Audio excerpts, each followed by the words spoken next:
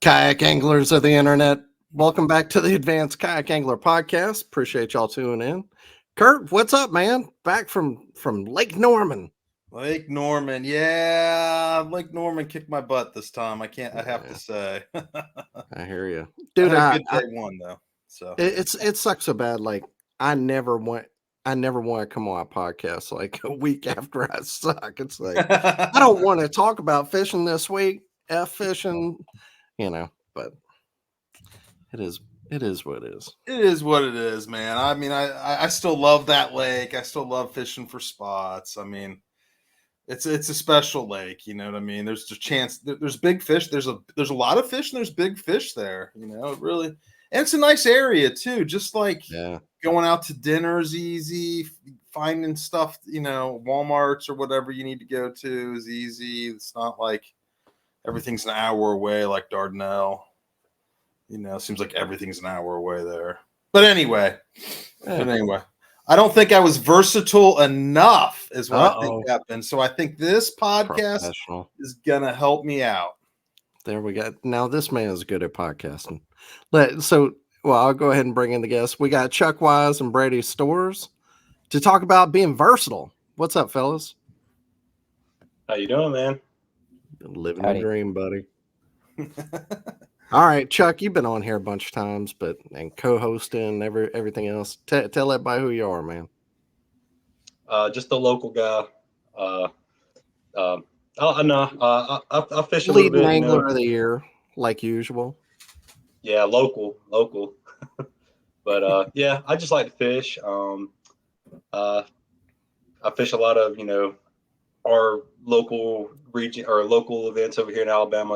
With Iron City is like my home club, and Coleman, those guys are cool. NACA, don't want to leave anybody out, but there's a ton of them here. But yeah, I fish regionally some, or some, like if a national event comes by, I'll fish it. But I just love fishing. That's pretty much it. That's right. Fished at Auburn in college, and fish out of PA with he's a live scoper fanatic with a bow mount motor. He's our resident live scope guru down here. And I also want to say, for everybody who lives in the Alabama region, I want to give a plug for us. We've got our biggest tournament of the year coming up here in Alabama. It's on Smith Lake, April 27th, which is a beautiful lake. It's the right time to be there. It's before all the wake boaters get out. The fishing's going to be on fire. There's a lot of fish on Smith Lake. It's arguably the most beautiful lake in the state before the wake boats get out. Smith and Martin are two most super clear, beautiful, rocky, not much grass, but really beautiful lake. Nice place to be. Very scenic.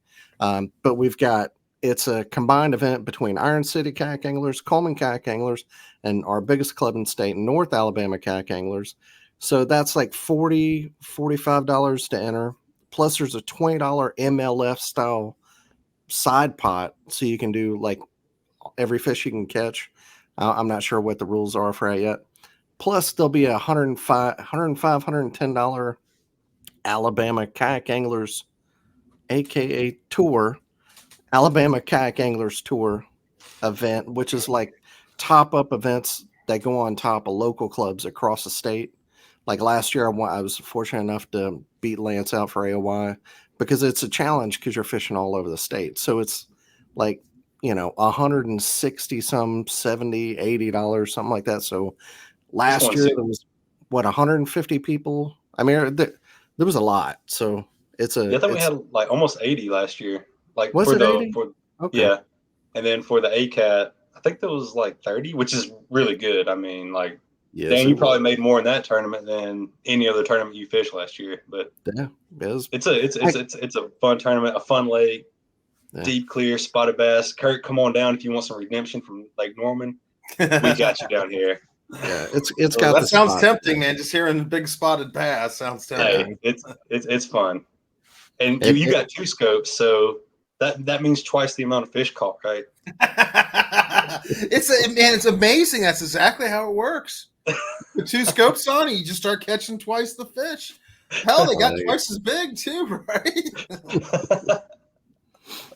Oh, All right, man. that's my plug for that event.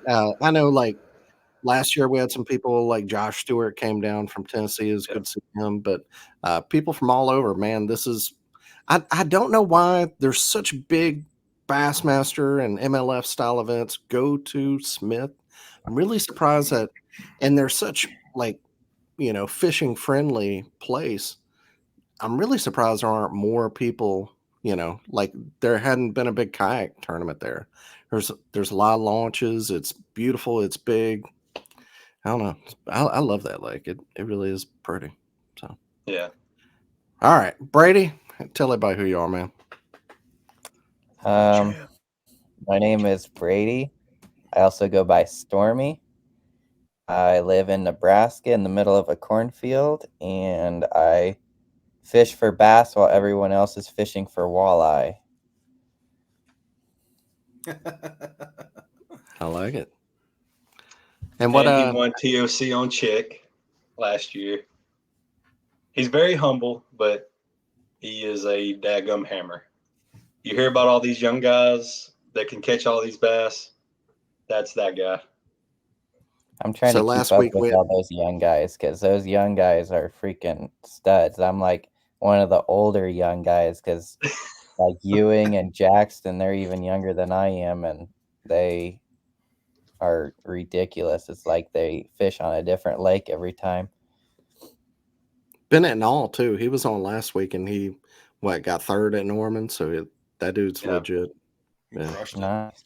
Yeah, for real. All right. So tonight we want to talk about being versatile. I think first thing is give a sales pitch for being versatile because I can kind of see it both ways where people I think of like Jordan Marshall and some other guys who are less versatile but win more tournaments. I mean, Jordan Marshall is one of the best kayak anglers in the country, and he's won more events probably than I've fished. I mean, he goes everywhere and fishes everywhere. So there is definitely something to be said for people who are very have their way, do their thing. Not that he isn't trying to get better. Jordan, don't get upset at me. I meant it as a compliment, but he is like Drew Gregory. He can do different things, but he fishes his exact certain way. That's his strengths. He fishes that way. What is a sales pitch for being versatile? Man, I think that like those guys like you just mentioned, Jordan, Drew, any of those guys, Russ, they have perfected their craft, and that takes a lot of time.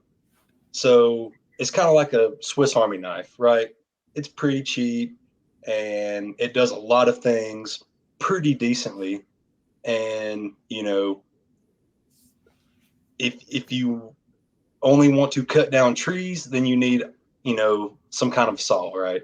But if you want to be able to cut down trees maybe slowly, or cut a thread off your shirt, or use some scissors, that's where that Swiss Army knife kind of comes in. It's cheaper.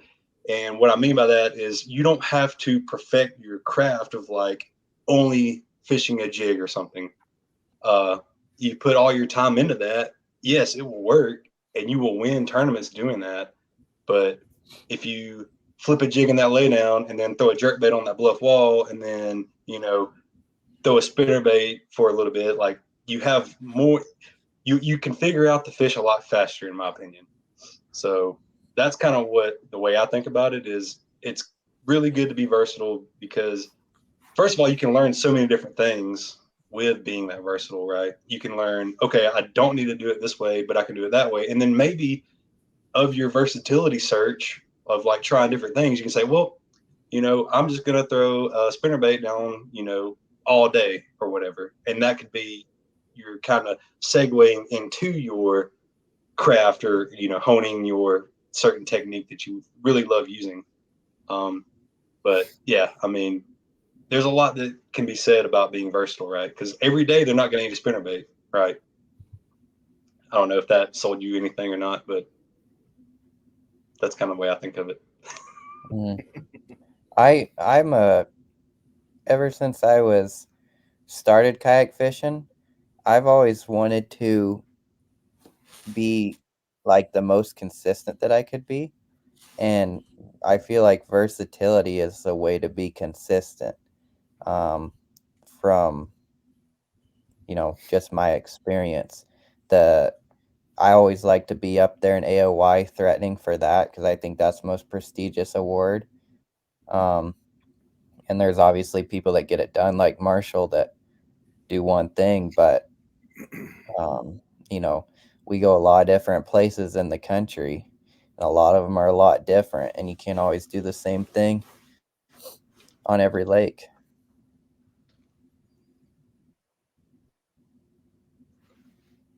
I feel like consistency really plays into what you just said, Brady, is that or not consistent. Being consistent really plays into being diverse because we are Hmm. traveling to all these different lakes. There are a lot of different conditions. I mean, hell, sometimes even when we go to the same lake, the conditions are so different, it fishes completely different, right? Um, I know for myself, not that I don't feel like I have some diversity, but I'm a finesse guy. I mean, I always fall back on it. I'm always throwing finesse, and that's great when I'm locked onto something, and I'll be unbeatable. But then when you're not, it things change quite Hmm. frequently. So What I being able to like Yeah. throw a spinner bait or top water, being able to make that adjustment from throwing, let's say, a finesse bait will keep, just like you said, it just keeps you more consistent over the diversity of the lakes that we go to. Yeah. I feel like I feel like you can be a one-trick pony as well, but also be versatile. I throw a swim jig and I can fish that across the mat like a frog. I can swim it like a jig. I can Alabama shake it. I can fish on the bottom like a regular jig. You don't have to be versatile in throwing a bunch of different lures necessarily, but like with your finesse fishing, if you get good enough at it and get your setup uh, to where you can flip it in a tree, if you're running down the bank and see a good looking laydown on your way to your next grass flat or whatever, then that's being versatile to me. So it's not necessarily knowing how to throw every lure ever created. Yeah, that's a good point too. Very true. I mean, Yeah, I that mean, is you a always really have good like the point because stuff, you think about being. like you have this.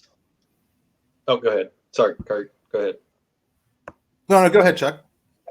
Okay, I was just gonna say, like, you can always fall back on like what you think your strength is, right? Like you said, your strength Mhm. is finesse. So if you're, you find something in practice and they're just crushing a spook, well, say the tournament, every day is different. So like more than likely, the stuff that you figured out in practice is going to change a little bit. Like the fish might still be there, but being versatile allows you, if they aren't hitting the spook, you can try something else, right? Where Yep. if you get locked in on that spook bite, then you're just going to throw it all day and might only catch 2 or 3 fish.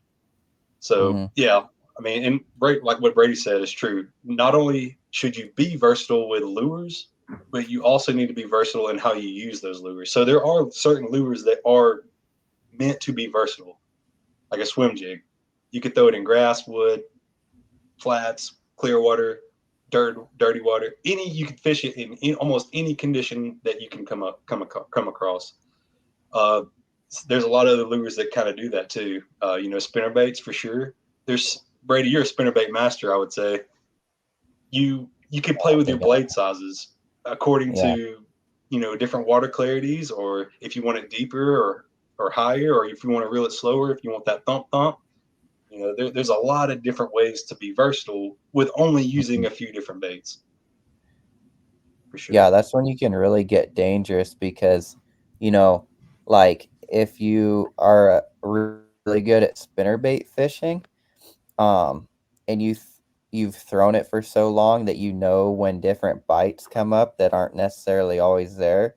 So if you're fishing along and, you know, the sun is high, so the laydowns are casting a shadow and you throw it in there and fish it like a jig, those fish have probably never seen a spinnerbait fished on the bottom and hopped.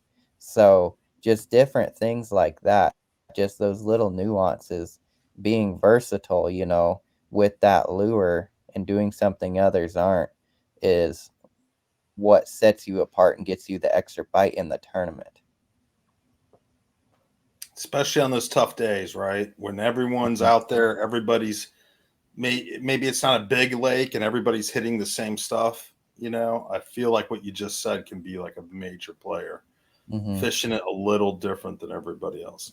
So I got a question for you guys. As anglers develop into who we are, as anglers, when did you guys start in your mindset, start thinking like, because we all start out with one lure that we like. And when did you like grow away from that and start branching out and saying, hey, I want to fish swim jigs. I want to fish spinner baits. I want to fish crankbaits. I want to fish them all well. Like when was that like that first like kind of like light bulb moment for you guys? Or did it happen that way? I'm just curious, like, how you guys kind of got into that. Yeah, you go first, Chuck. Yeah, I remember, when I had been fishing pretty much all my life since I was like 5 or 6 years old. But when I remember or when I actually recall like fishing, I was throwing a black trickworm, just Texas rigged, and at this little local lake where I grew up. And you get to a point where you're just like, man, like you look at the fishing now, you're like, there's a whole bunch of lures. You get Bassmaster articles, and you're like, wow, this guy's fishing with something that I've never even seen before. And you start reading and you start doing more research, and that just leads to, oh, I'm going to pick up a square bill because Kevin Van Dam's just crushing him on a square bill. And I want to throw it through these laydowns that I've been throwing this trick worm through. And it just, you kind of go from like, it definitely is an addiction for sure. And you just have to like scratch that next itch, and you see something cool and you just want to go out and try to do it. And then some stuff works and some stuff is just like, maybe they'll save this for a rainy day, or, that didn't work, but try it again later. And then I think those growing years when that is occurring, like when you're 13, 14, 15, 16 years old, just start driving, you can finally get out on the lake and you don't have your dad telling you what to throw.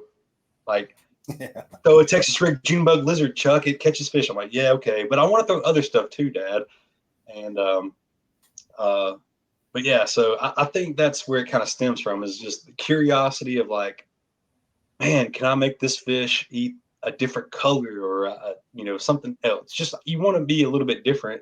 And another thing too, is like, you go to kind of like these smaller lakes and maybe it's just not working one day. Like, oh, I remember this day I caught 40 fish on a black trickworm. Well, the next day I only caught 2. And I'm like, I need to try something else. So I think that is a lot to do with it. You just, if you have that fishing bug, you always want to get that next bite, and you'll do anything you can to figure it out.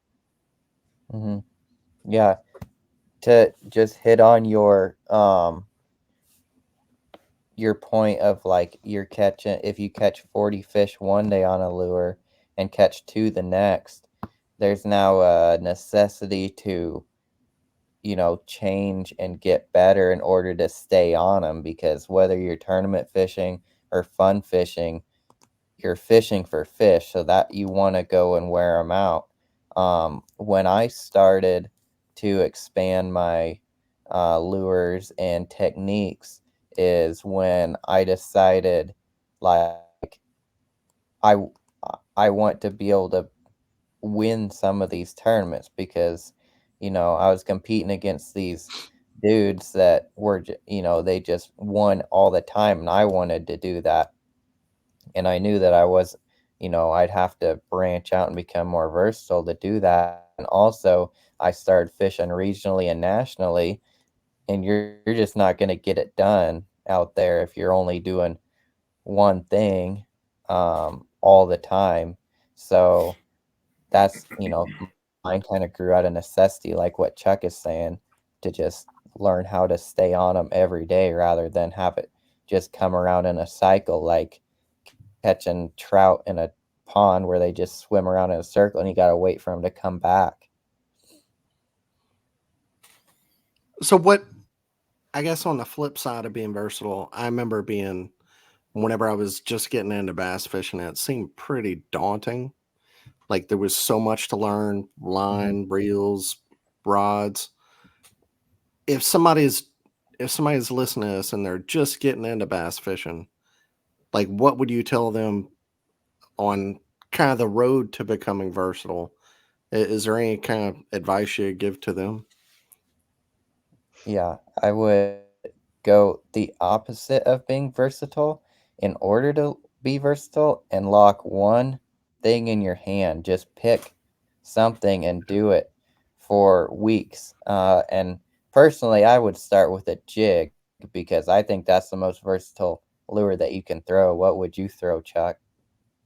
Texas rig, jig or a Yeah. Texas rig. If you like a rage bug or some kind of small little 4-inch creature bait, it gets bites. And with that, you can even change your weight. You can do 1/4 ounce to a 1/2 ounce. And you don't need a certain hook. You just need a stout one. You can do EWG or straight shank. When I started out fishing, it was like, oh, you got to have an EWG hook. So, like if you think you need that, try it. Like, I think we put a lot, of, justified research and all this stuff, right? Like there are certain hooks that are way better, but like what Brady's saying, just lock something in your hand and see if it works. And eventually you will, if you spend a whole week fishing a jig, you won't be an expert yet, but you will be on that right track to knowing when I need to throw it. It takes a Yeah, lot of wherever. time on the water, and we're talking to guys that are either in school or they're working full-time jobs. It takes a lot of time, right? But it is, every second on the water is worth it. Even if you like, it's the summertime now. You got 4 hours after you get off till the sun goes down. Go out there, even if it's on the bank, and just throw something around. But yeah, sorry, I kind of went off on a tangent. Go ahead, Brady. That's funny that you say it's summertime now when it's getting down to like 30 degrees here at night. That's horrible. Well, It you ain't said you're in summer where I'm Cornville. at. It's Are you in storming here. That's what Arkansas? happened to me. It knocked out the power.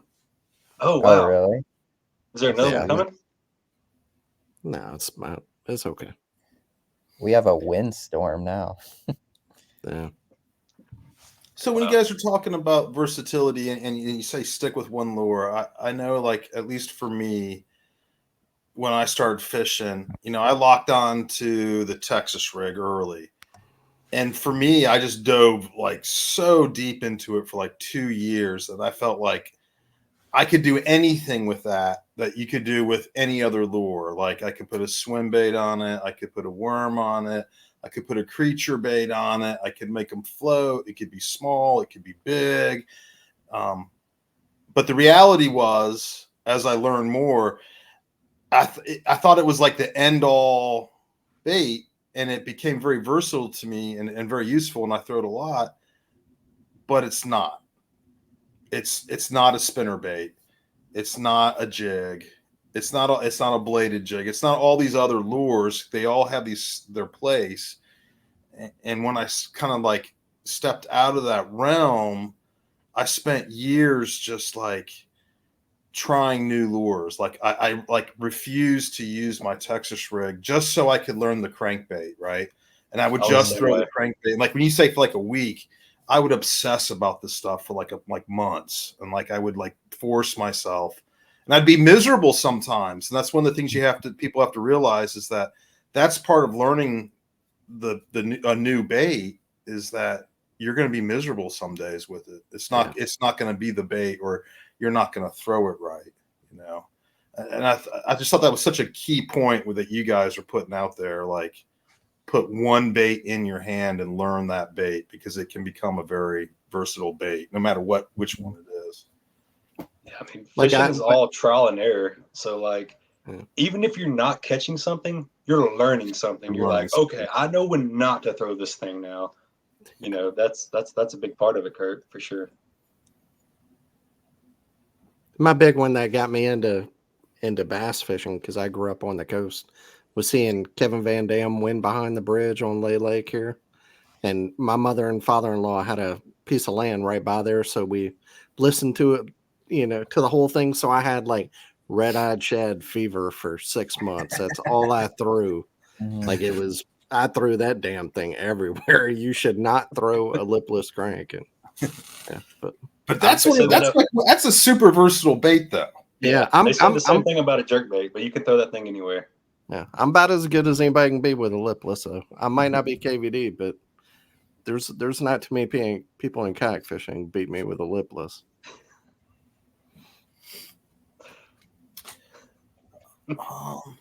So, like, when you guys, how often, like, let's say in a tournament situation, it's day one of a multi-day tournament, and what you thought your go-to isn't working. When do you make that decision to switch up? Like, how long do you give yourself with one particular bait? Is it 5 casts? Is it 10 casts? Or is it a feeling that you get? That's like the question. I always should I stay or should I go? Exactly. Lots of time on the water is what teaches you that answer. Yeah. And I don't think you ever have the flat out answer for that. I think something inside of you has that answer in that moment, and you can't know that until you're actually there and doing it, because I very rarely make conscious decisions on the water. I just keep moving and let my fishing experience take over. Yeah. Sometimes I black out and I'm like, why am I going to this laydown right here? And then I'm like, oh yeah, to throw a jerkbait, and then I'll catch one. Yeah, just throw a jerkbait and you'll catch one. And that's why that question is always so hard to answer, because it's like a feeling. It's just something you do. Yeah. It's very not instinctual. It's not a conscious decision. Because I try to tell people that, and they're like, "But when? Like, is it? Do I do 10 casts and then switch?" And I'm like, "Man, sometimes I do 100." Yeah. Sometimes I do one. Sometimes I'll throw it out there and be like, I'm not even gonna try that, and I'll throw like something else. I think you have to kind of know yourself too, though. Like, I know that I definitely lean towards the stay and make it pay kind of deal, which is usually not beneficial for me. Like, I do better whenever I'm moving. So I know that if I'm starting to think, oh, maybe I should go somewhere else, I should have probably went somewhere else 10 minutes ago. Yeah. Yeah. If you have to question it, give yourself about 10 seconds to make a decision and stick with it. Like on a big change, it's like, should I cross the lake over there? It's going to take me 30 minutes to get over there, because it's going to be in the back of your mind. If you're like, man, I should have went over there, and you didn't go over there, and that could ruin the rest of your day. Just thinking negatively can kind of ruin it. Even though you might be on the fish over here and you just need to try a different lure or presentation, if you think about, I know they're schooling over there on that point or something, then it'll, that's kind of a toughie. And I think the most I've moved in one day was in like an 8-hour tournament was like 3 times. And one time I got to the ramp and I didn't even put in, because I'm like, I'm not feeling it over here. And then I just hightailed it like 30 minutes away, like in my truck. So that's pretty stupid, but yeah. One more a little more technical way to go about that with how I kind of fish is, like, if I'm in an area and I've got, I obviously have a fish finder and that jazz on my kayak, so I'm able to see fish and bait that way, but also visually seeing fish busting, seeing bait popping in weeds, anything like that. If I'm seeing sign of fish and I'm not catching anything on what I'm throwing, that's a really good sign to switch it up.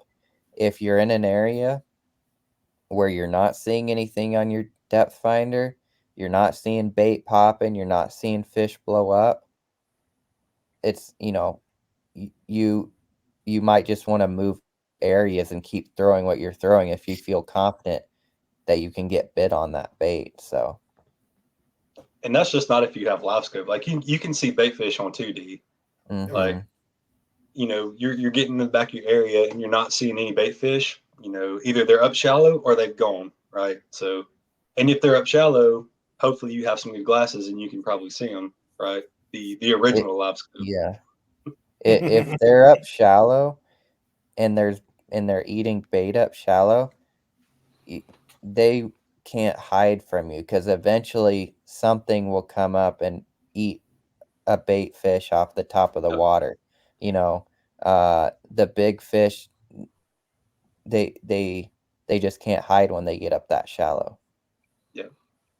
Another thing to add on what Brady said, like if you're in the area and, you know, if you wanted to put like a time on it or something, if you haven't gotten bit in like 20 minutes, that's when I kind of start like, like in this 20 minutes, you've maybe thrown 10 casts with a spinnerbait, you know, you flipped a jig on some stuff, you've thrown some top water or whatever around, like you've thrown different things in that amount of time. That's when I kind of start thinking, you know, maybe they're not in this area like I thought they were. And I'll kind of like make a move either deeper into a cove or a creek or something, or kind of, you have to refine them every day. They're fish, they swim, they move every day. I don't care if it's the exact same conditions from day A to day B. Those fish are going to move in and out just based on it being, you know, dark outside. Right? Yeah. They're keying in on, you know, bait fish a lot. You know, I tend to see that like if they're eating crawfish, they'll hang around an area a lot longer than they will if they're eating shad. Mhm. So that's something else to kind of look at. If you do catch a fish, you know, was it eating shad? Does it have tails in his mouth, or does he have little little tentacles in his mouth? There's a whole bunch of like stuff you can kind of clue in on for sure. But yeah, if I had to put a time on it, just personally, that's only works for me. About 20 minutes of like hard fishing and not getting a bite, I'm kind of like start thinking that I need to make a slight move. That's something I know I never do enough of is examine the fish. Like that's, you know, I see people online or pros, hey, look at this fish, look at this and that, and look at his mouth and whatever else. I never take the time to do that, especially in a tournament, to kind of, you know, maybe there's some clue you can get. That's something I always Yeah, I forget think to do. like especially on the first couple fish, I always look in their mouth because, you know, a lot of the times if they're eating crawfish, you'll just see two little tentacles, like really, really small, and you know you'll miss it if you're not paying attention to it. A lot of the times if they're eating shad, they'll spit it up right by your boat, right? Mhm. So there's definitely look at your fish when you catch them. So In your mind, one thing you hear people talk a lot about is junk fishing. And to me, that's kind of just like fishing whatever's in front of you, all different kind of structures. How does that, in your mind, how's that differ from being versatile? Or is it the same thing? Go ahead, Brady. Um, I think that above all else, I'm just a junk fisherman. And the reason I'm able to be a junk fisherman is because I've spent time becoming versatile in different ways to throw lures, different techniques, and things like that. Um, none of my success that I've ever had has ever come like planned. It's always just fallen into my lap.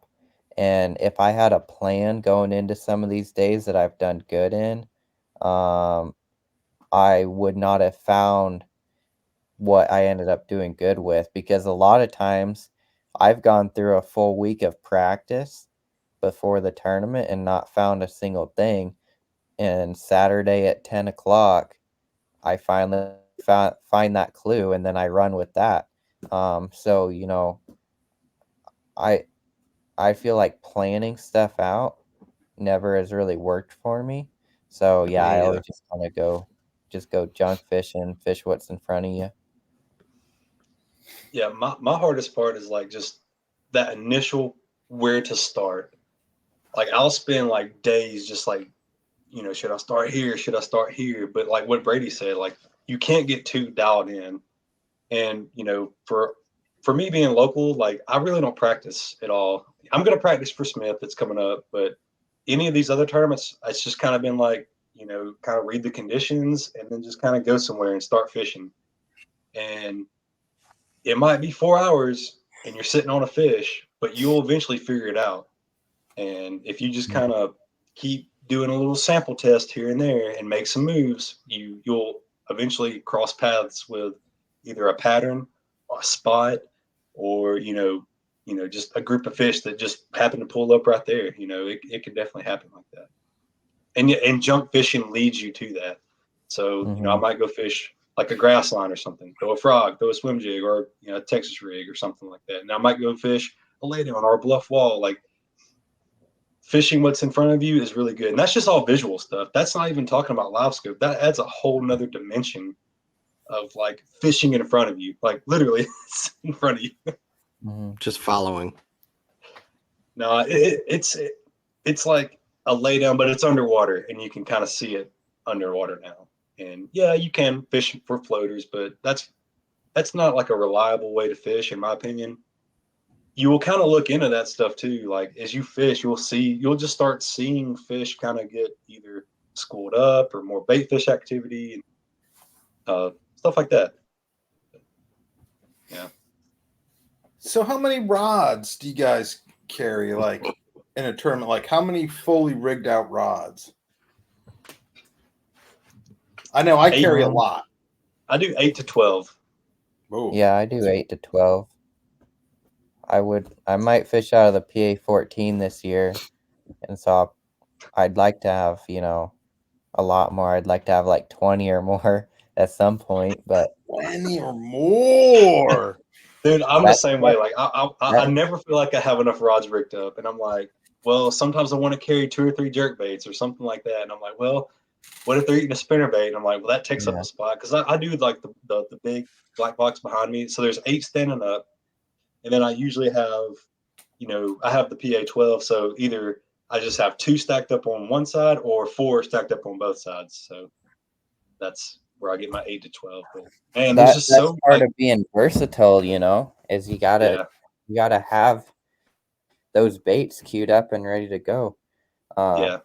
Because a lot of my key fish have come from pedaling along, and all of a sudden you see a splash, you pull out the right lure and hook it over there, and you end up catching that fish. Like, you got to be ready. And in a kayak where you're limited with rod space, you don't have time to sit down and retie to throw to that fish that just busted.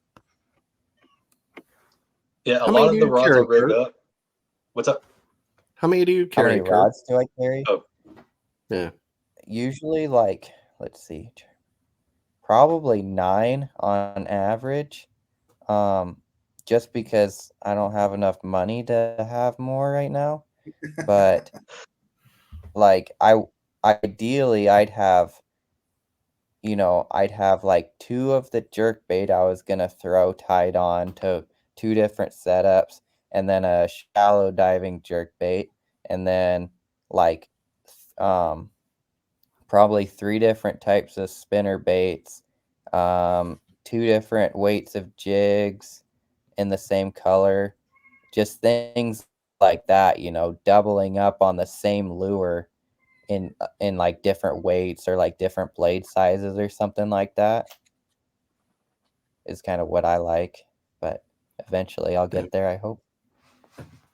How many do you carry, Kurt? 6 to 8. No more than 8 ever, though. I don't like to have them. I don't like to have them on my deck. Yeah. Like, you know what I mean? If I'm switching out rods, I like to be able to have everything behind me. And I thought that was a lot.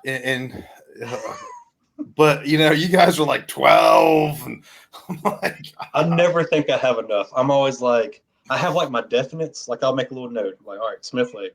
I'll have like, here's my for sures.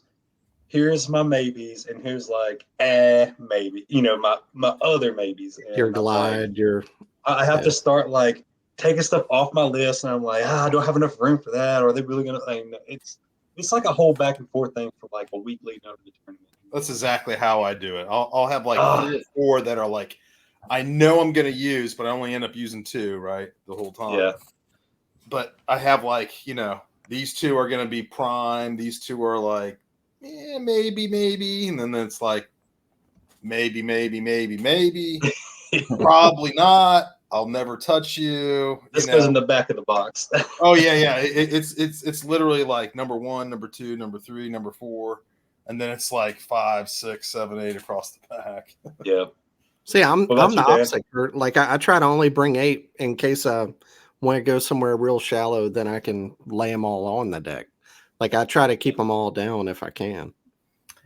Yeah, fishing on Gunnersville, like I have them sticking up, so I'm always like, I got to go into this bridge. It's like take all 8 out, lay it right here. Take these 8 out, lay it right there, and get under the bridge, and then stack them all back up. Yeah, our stuff here is so like. Speaking of versatile, like all different types of water that even on the same lake, you could go from a creek to main lake to whatever else that you have to be versatile, like within a day too, Yeah. Brady, how did you become so versatile in Nebraska? Aren't they all like runoff ponds and stuff? There's quite a few different types of lakes. I mean, just around me, I've got like a dirty, shallow, rocky lake, almost like a highland, clear, deep lake kind of deal, and then a bunch of grass lakes and sand. And but you can fish any lake. You can pick one lake and fish it a bunch of different ways, and catch fish doing all of them once you figure it out. Yeah. But yeah, Alabama would be much more conducive to learning a bunch of different techniques and fisheries, and we don't have the river style fishing up here like you guys do, which that's one of my favorite types. Yeah. And I don't get to do it up here. I have to come down there, or like Arkansas. I love Arkansas. I love Dardanelle. It's one of my favorites. Well, I told you could move. I told you could move down here. I'm sitting in your room right now, Brady. Is that my room? If I didn't have this dang kayak shop, I'd be there. Hopefully in a few years. Have somebody working. It makes it tough here though, especially fishing local stuff, because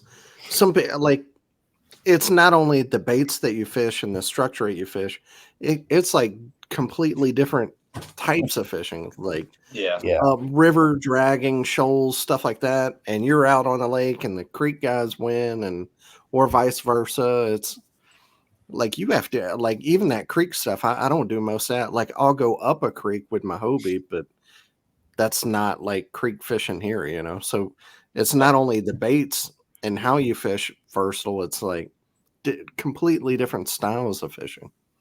Here's another way to kind of learn to become versatile. Do what Dan said and go up a river and only take like 3 or 4 rods and, like a topwater spinnerbait and a jig. That's all you need. And just fish those constantly on that same river. And that like they're unpressured fish for the most part, because bass boats can't reach them if you go to the right place. And then that will get you a lot of confidence throwing that stuff. And if you go to one that's like, clear and stuff, I won't name it because it's my favorite place in the world to fish, but you can go up there and you can see spotted bass that are close to the state record, just massively giant. And you get to see them with your eyes and see how they interact in their environment. And it's pretty cool. So that's another great way to learn, is go into a clear, shallow water creek that's got some diversity in it and see how you fare up there for sure. That's a good way to learn. And stay away from my main lake stuff.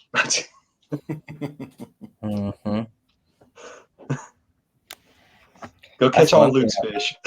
Kayak fishing so much is because, like, in bass boats, everybody's fishing the same thing because they can't get anywhere. But in kayaks, like, I get to compete against people who are like pretty much fishing on a different body of water. They're so far up in a creek that it's nothing like what I'm fishing down lake. So I think that's really cool, because then you've pitted these guys against each other who are the best at that particular style. And I think that's what's really cool about your down there in Alabama, your local derbs, is you have like straight up creek guys, and then you have straight up main lakers, and you get to see who's the best at their craft. That's just like another aspect to it. We had a guy in tournament before last. He cashed a check in a canoe. Oh yeah. Yep. Oh, Chris. Yeah, that's it is pretty crazy. That they call it like we have some places I tried to convince Steve to come to. I'm like, it's a Susquehanna of the South, man. It's like it's where you should be, but you know. Don't be telling people about that spot, Dan. I've never been there. They don't need to that's know the thing. I'm not even going to go fish it. I'm be down lake. Even though I know it's going to be one up there, you know. Some of that stuff is it's tough to be versatile in those big fishing styles because it's I don't know, like it's hard to compete. Like I can't compete with Drew Gregory. Like I'm never, you know, he's has so much skill and experience and reading water and how much dead water there is. It would take me so much longer to break down water that he can look at with his meat thermometer and say, nah, this is trash. I'm going somewhere else. You know, it's this water is only 57.4. I need 58. Yeah, exactly. I mean, have you seen him pre-fish? Oh yeah. He is like 900 miles an hour through a spot. Yeah. I'm like, we were fishing. He came up from behind me and we were fishing the same water and he shot past me. And I'm just like, wow. How do you even know what's here, man? He's just like, makes a couple casts, like, I don't feel it. Leaves. I'm like, man, I got to like work it a little bit to kind of figure something out. Yeah, he's versatile in that way that Brady was talking about, where he's more versatile in like only having a few lures and like just trying to cover as much water and sample as many things as possible. That's kind of what I've seen from Drew. Yeah, I mean, he figures it out. Again, he's perfected his craft. He knows what he wants to do and he knows what to look for. And shout out to Drew. I'll tell you what, the he did a couple of, you know, different, I forget what they call them, shorts on Bass University. He really gave out a lot of information of how he fishes. You know, it would be impossible to do, but I'm really surprised more people don't try to emulate his style. Like it's to the T. It's so hard. Yeah, but I mean, you can go out there with like, you can buy his kayak, have his stuff. He shows you how it's set up. What he throws, he only throws like, you know, 5 rods, all braid, a few baits. That's all he does. And, you know, just, if I didn't have a whole lot of money, I were just getting into kayak fishing, you know, you can get a crescent and a motor and 5 rods and be able to compete. That would probably be your best opportunity to compete if I were just getting into it. I would, Brady, if I were just getting into kayak fishing, I'd be doing what he does. Yeah. Yeah. Right or wrong. That's, you know. Yeah. You can get a crescent. You can get an 11-foot crescent, a CK1 Venture for $1,000, and then put a motor guide with spot lock on there for about 1900, and then, you know, you have like $3,000 wrapped up in this kayak, which is less than you can get into any pedal kayak, really. So those crescents are pretty legit. I'm a huge fan of the XI3 too. 5 rods and reels. It's not like he uses the most expensive gear because he's afraid of breaking it. But yeah, I mean, you 3,500. Well, let's say under 4, you can be all out, have everything he uses, and go out there and try to compete on that level. It's pretty cool. It's pretty awesome. You can't really beat that. Yeah, under $4,000. That's for any hobby these days. That's cheap. Yeah, for real. Yeah. All right. So is there anything else that we're missing with being versatile that people should know? One thing that I always tell people, and I always say to myself, is that confidence is king. even if you go to a lake that you're supposed, like everybody throws red on Sam Rayburn, you know, just because you're at a famous lake that you're supposed to be doing something at, don't try to do what you're supposed to be doing. Do what you do, because your style of fishing probably has not been seen at that lake, so you're already throwing something unique at the fish because it gets pounded all the time, especially those southern lakes get pounded all the time by the same thing. But if you can bring your little nuanced techniques into there and you feel whatever you're doing, you're feeling like you're going to get bit, then you're going to get bit. It's 90% mental and the rest is in your head. So that's that's the most important thing to me, is always being confident in what you're doing. Tournaments are no place to be trying something new. No. Learn to fail fast. I take that back. mean, Jim Davis did win the first Bassmaster event throwing a spy bait he had never thrown that was sitting in the bottom of his box. So I guess there are, exceptions to that rule, but for the most part. Yeah, for the most part, you want to be doing what you're comfortable throwing. Yeah. Cool. That it, Kurt? I think so. I don't have any other questions. Yeah, that's it. Be versatile. Learn as much as you can, and that's it. But that's really like probably the funnest part of fishing for me is learn something new things, really crazy Japanese baits, or just always learn something new and expanding on what you know. It's one of the funnest parts of the sport. Absolutely. To me, that's what keeps me locked into the sport, that you never truly are master of it. I feel like if I put as much time as I do into fishing into something else, I would kind of get bored of it. Where fishing, it's just like, even on the same lake, it changes, and the new baits come out, the new technologies come out, whether they work or not. It just keeps you going and keeps it fresh. Yeah, and keeps you spending. Yeah, these companies do a good job at coming out with something a little bit different, and you're like, oh, I gotta try that. All right. I'll ask that too. One last question. What's the newest bait you bought? I bought those cue ball things, Geek Crack, the cue ball deals. I still haven't thrown them yet. I got the core tackle, wacky rig. It's like a corkscrew wacky rig hook. Really excited. Smith, whenever I practice there, I'll be throwing it. But anything else out there new y'all been throwing? You got any of those Kredges, Chuck? Yeah, I might have me a couple, but have you? I like the other one a little bit better, the finisher. Oh yeah, it's pretty cool. And I've been experimenting with a bunch of different those straight tail minnows. Every company has one now. I've been researching a few different heads, and one that I'm really wanting to try is this new spinnerbait from Dirty Jigs. They have a compact spinnerbait. That thing looks pretty good, because I like the Mega Bass spinnerbaits, the SB3 or something. Mm-hmm. That looks a lot like those, so I'm gonna get some of those when I can find them. But nice. If there's something new, I'm probably gonna buy at least one of them. Yeah, same here. Yeah, you gotta try everything.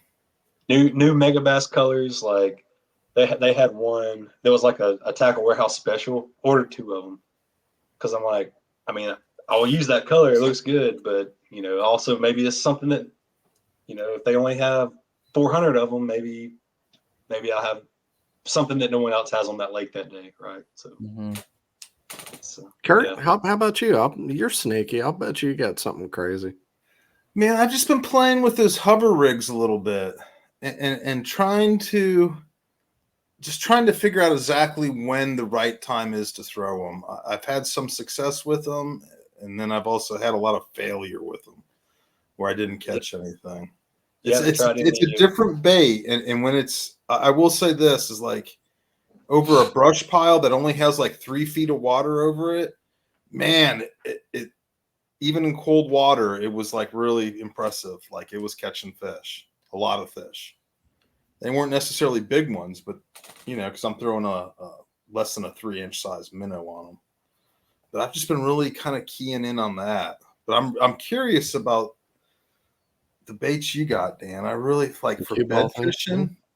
I think for that would just be rocking, man.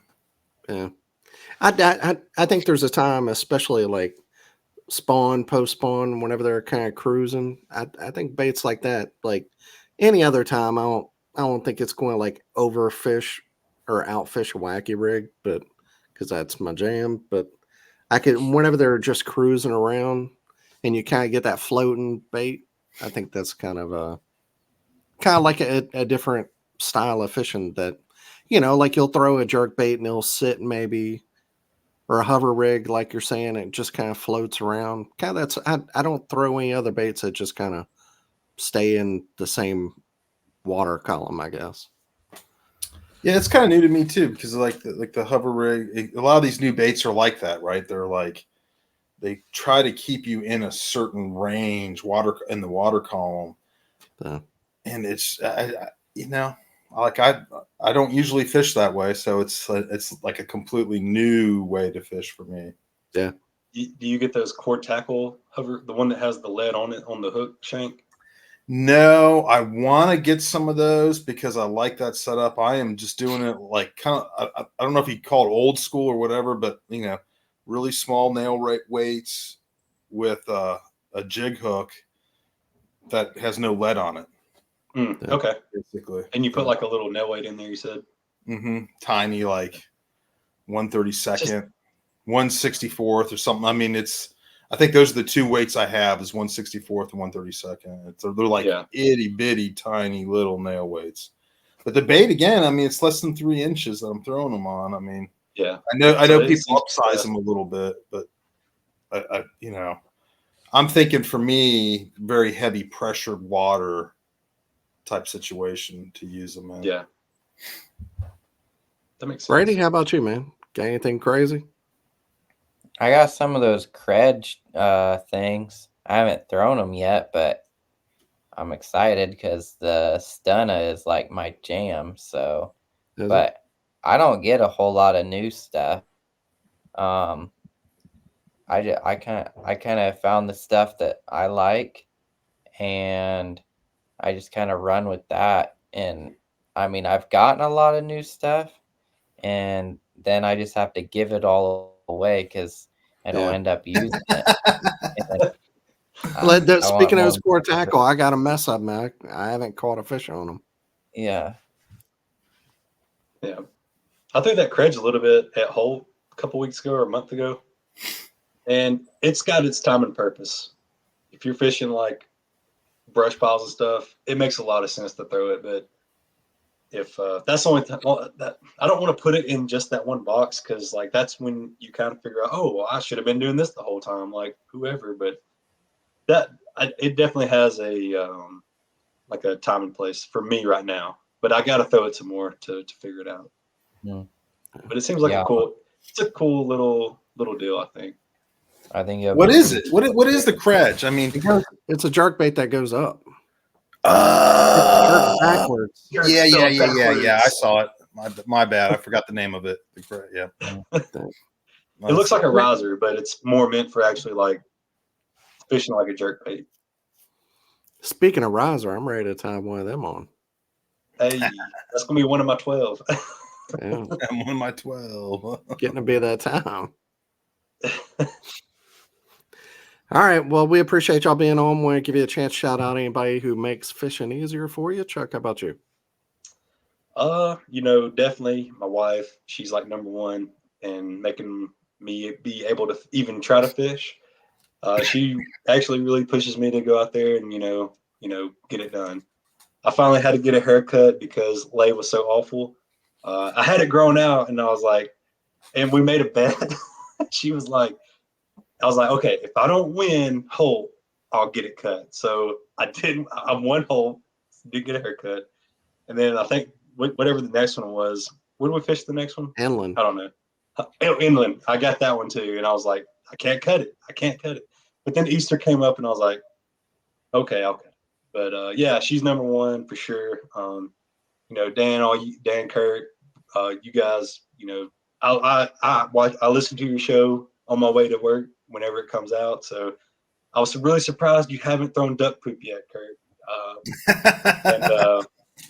We were talking about that this weekend, about thinking of TRD. And that probably would have worked on Norman, man. The extra protein that they need and stuff. Yeah. But yeah, you guys are pretty big. I'm not sponsored by anybody, but Bucks Island, hit them up if you're around here and you need a kayak. They got Jackson and Hobie and stuff like that.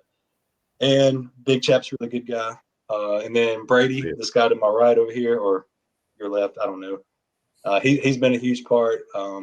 I remember when we first met, it was at Logan Martin, and I had broken my graph, and this was like a 5-et, like a Lowrance 5 or something. I didn't know what I was doing back then. I broke my ball off because I hit the dock, and I had met him, or I had seen him in one of the tackle shops, and I saw him again when I went to go put in a different spot, and I asked him if he had that ball mount, and he's like, "Yeah, man, I got you. Here you go." And then pretty much ever since then, we've been really good friends, and I'll let Brady shout out his store, but Selects Sale. If you're from anywhere, get it from him. He's top-notch dude. He'll set you up right. And yeah, I appreciate all you guys too. And thank you. Yeah. Tell us about this shop, man. Yeah, it's I used to, work on their pro staff for several years. They were in business selling Hobies for probably like 33 years or something like that up here in the Midwest, and went over to get my team boat last spring, and they told me they were retiring. So I've always kind of worked in and out of kayak shops ever since I started kayak fishing when I was like, I don't know, 12 or 13 or something. And I'm like, dang, that'd be cool to own a kayak shop. So we bought a dang kayak shop, and it's called Select Sail & Sports. We just came out with our new online store, so you can order Yak Attack, Boondocks, One Objective motor mounts, Motor Guide, Newport, amped batteries, like trying to get set up to have everything you need as a kayak fisherman. Then we have Hobie kayaks and Crescent kayaks. I wanted the Hobies because the Hobie is the best kayak you can fish out of, no matter if you're pedaling or using a motor, in my opinion. And then the Crescents have an awesome price point to get into it for a really nice kayak that you can save up money and upgrade into a fishing boat like Drew Gregory. So I wanted to get something more affordable to, like when I was a kid. And American made right outside of Atlanta. Yeah. Yep. I didn't have any money to get a kayak, so having that affordable kayak that's a nice thing to fish out of is, I feel, very important to get the youth involved. So, but yeah, it's been exciting. I'm not gonna be able to fish as many tournaments anymore, at least for the first few years of getting the shop up and running. But it's pretty cool. I'm excited about it. Well, congrats, man. Hope you do well. Hope it continues to do well. Thank you. Cool. That's a big adventure, isn't it, man? Owning your own shop. Yeah, it is. I've